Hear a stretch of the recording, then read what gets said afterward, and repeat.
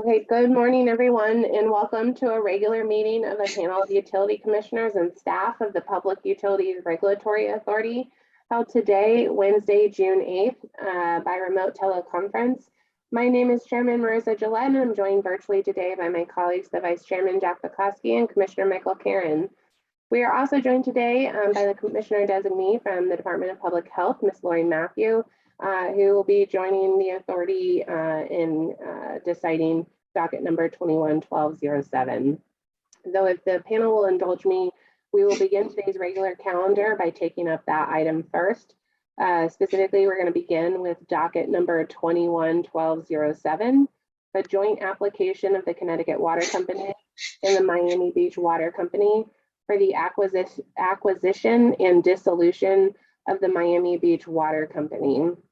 So we will turn to authority staff, Mr. Jim Bacalina, to present the decision for the panel's consideration. Good morning, panel. On December 6, 2021, pursuant to General Statutes 1646 and 16262N, Connecticut Water Company and Miami Beach Water Company submitted a joint application to the authority requesting PURA and the DPH approve Miami Beach's cessation of operation as a water company and CWC's voluntary acquisition of Miami Beach's assets. The Miami Beach water system serves approximately 118 individual residences within the Association District in Old Lyme, Connecticut. The system provides water service to 64 year-round customers and 54 seasonal customers. The Miami Beach system has experienced difficulties operating its water system. DPH issued an administrative order to Miami Beach on July 13, 2016 for failure to address significant deficiencies identified in a DPH sanitary survey. In subsequent letters, the DPH notified Miami Beach of its continuing failure to comply with item 6 of the 2016 administrative order related to improperly sealed supply wells, as well as notices of violation for failure to comply with the 2016 administrative order. 3 of the 4 company wells and associated pump stations are located within FEMA flood zones. It's a federal emergency management agency. The company does not own land outside of the FEMA designated flood zones on which to locate new wells. According to the town of Old Lyme, the water system is a non-conforming use under the current Old Lyme zoning ordinance, which prohibits the construction of and/or substantial improvements to a community water system located in a FEMA flood zone. CWC proposes to purchase all the assets related to the water system for the price of $1. CWC will not assume or otherwise be responsible for any liabilities of Miami Beach Water Company. Under applicable statutes, a water company may not cease operations without the consent of PURA and DPH. Upon receipt of a request to cease operations, the departments are required to hold a public hearing and issue a final decision to determine the actions that may be taken and the expenditures that may be required, including the acquisition of the water company by a suitable public or private entity to assure the availability and potability of water and the provision of water at adequate volume and pressures to the person served by the water company at a reasonable cost.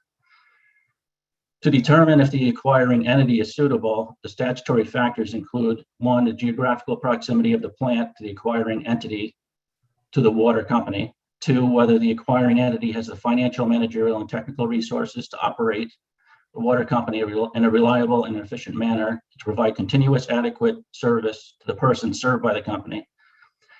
3, the current rates that the acquiring entity charges its customers. And 4, any other factors the authority deems relevant.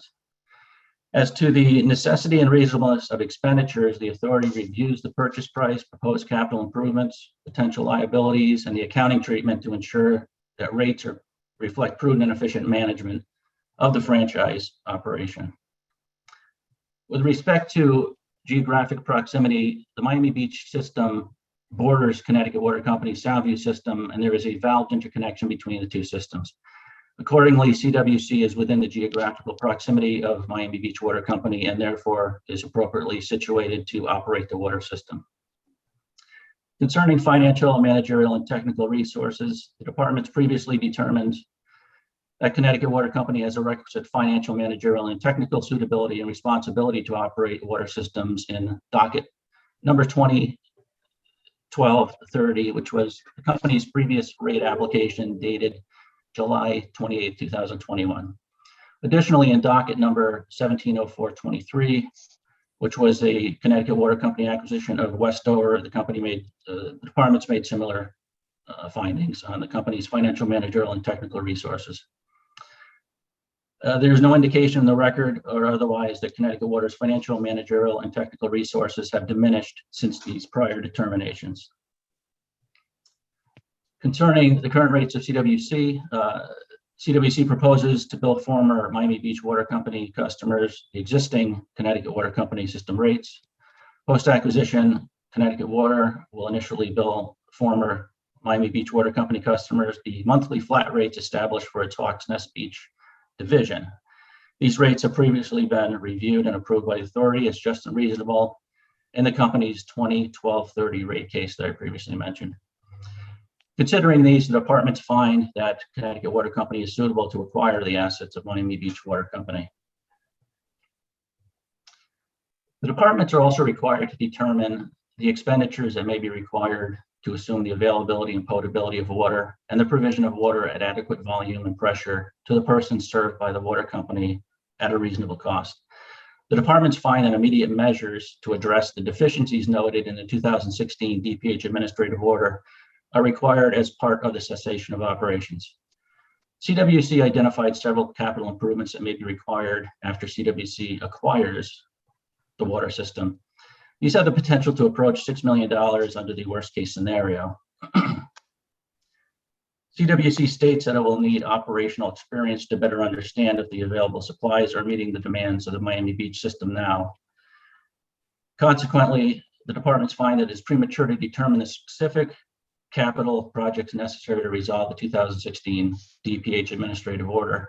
However, the departments anticipate the costs to address the 2016 DPH administrative order will be at a minimum $300,000 and more likely extend much higher for a combination of improvements.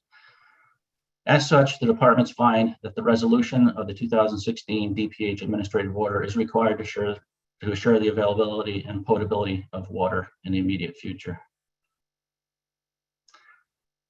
The authority takes into consideration the purchase price as well as the level of improvements needed in the water system. This forms the net cost of service and resulting surcharge scenarios if necessary. Here, the purchase price is $1. However, CWC will need to expend at least $300,000 to address the 2016 administrative order and will need to make a substantial investment in the distribution system, including metering infrastructure and main replacement in coordination with the impending sewer project. And these are termed the interim capital improvements. For purposes of determining the net cost of service associated with the interim capital improvements, the authority employed the lower end of estimates and will implement a mechanism to revise the cost of service analysis after CWC has developed operational expertise and established a more definitive capital improvement plan. Specifically, the authority will estimate $300,000 for compliance with the 2016 administrative order and $1.3 million for the distribution system improvements. As a result, the authority estimates the total interim capital improvements to be at least $1.6 million. The authority finds that the interim capital improvements are sufficiently foreseeable and reasonably estimated such that they can be factored into the cost of service and surcharge analysis now. Deferring the analysis for several years to allow firmer estimates would not be consistent with cost causation principles by which the cost of such improvements is borne, at least in part by the customers benefiting from these investments. As such, the imposition of a surcharge covering at least a portion of these costs reflects the reality of this transaction and will reduce the amount of subsidization required by CWC's current ratepayers going forward. In determining a surcharge, the authority must weigh the improvements needed in the system proposed to be acquired, the policy of small water system consolidation, and the impact that a surcharge will have on the customers of Miami Beach Water Company. While the improvements for the system are such a level to make 100% recovery from Miami Beach customers impractical, equity requires the former Miami Beach Water Company customers to pay for some portion of the improvements that will benefit them exclusively. Particularly in light of the condition of the water system, lack of financial reserves, and comparatively low rates. The authority considered various levels of monthly surcharges, determining the appropriate percentage of recovery and duration of surcharge requires the balancing of the interest of CWC ratepayers who will bear the burden of any cost of service deficiency with the interest of the former Miami Beach customers who will bear the cost of rectifying and operating an aging and non-compliant water system. The authority finds that a $92 monthly surcharge is appropriate. It represents a rate sufficient to cover 50% of the minimum estimated cost of the interim capital improvements while not imposing an unreasonable burden on the customers benefiting from those investments. Because the interim capital improvements will be necessary to provide basic water service to all customers during peak demand, the surcharge shall apply equally to both seasonal and year-round customers. The authority recognizes that the actual cost of the interim capital improvements will not be precisely determined for several years. Given the wide range of options and associated estimates, the authority will direct CWC, after gaining operational experience, to file with the authority an analysis of actual and planned capital costs and operating expenses for the water system. And this is the cost review motion.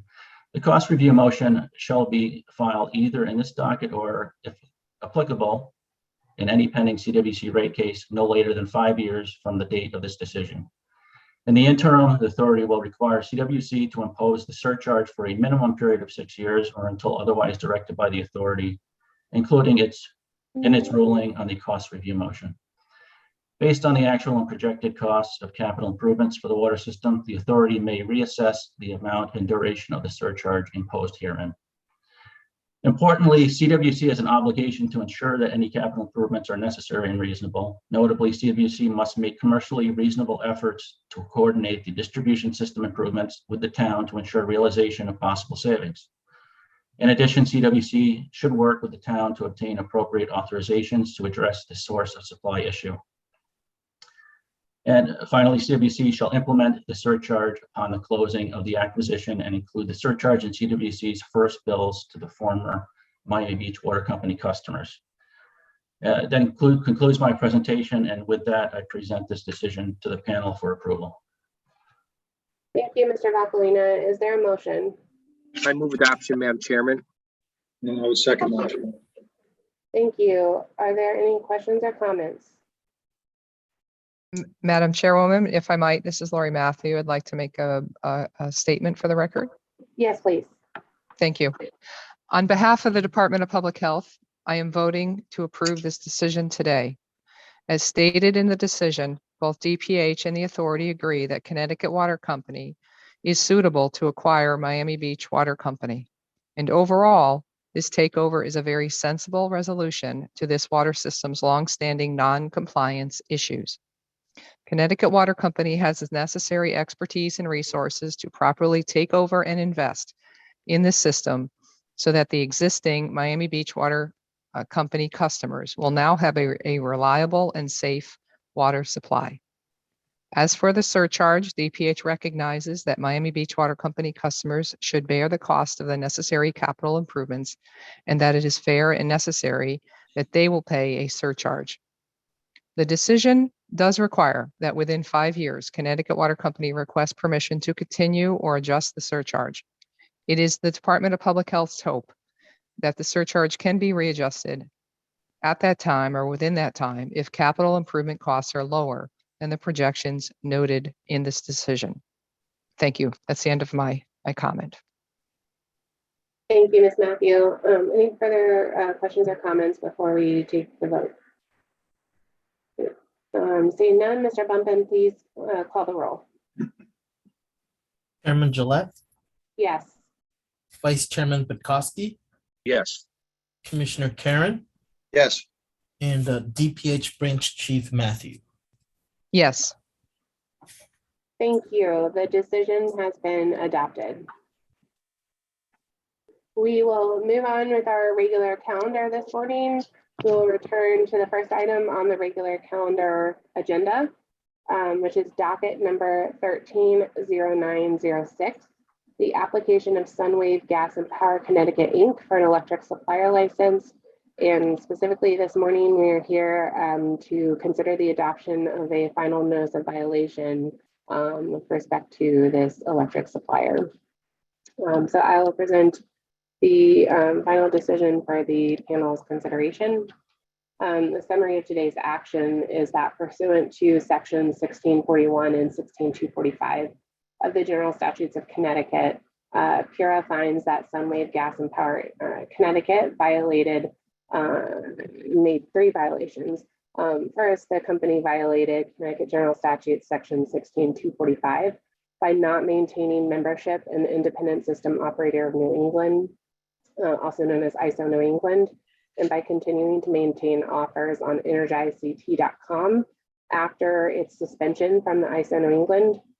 Second, the company violated section 16244C-12 of the regulations of Connecticut state agencies by failing to notify the authority, the company's customers, as well as the electric distribution companies of its cessation of business in the prescribed manner. And that failure caused harm to customers. And third, the company demonstrated a lack of managerial capability in violation of Connecticut General Statutes 16-245 subsection C when it was suspended from ISO New England and failed to properly notify the authority or its customers of such suspension.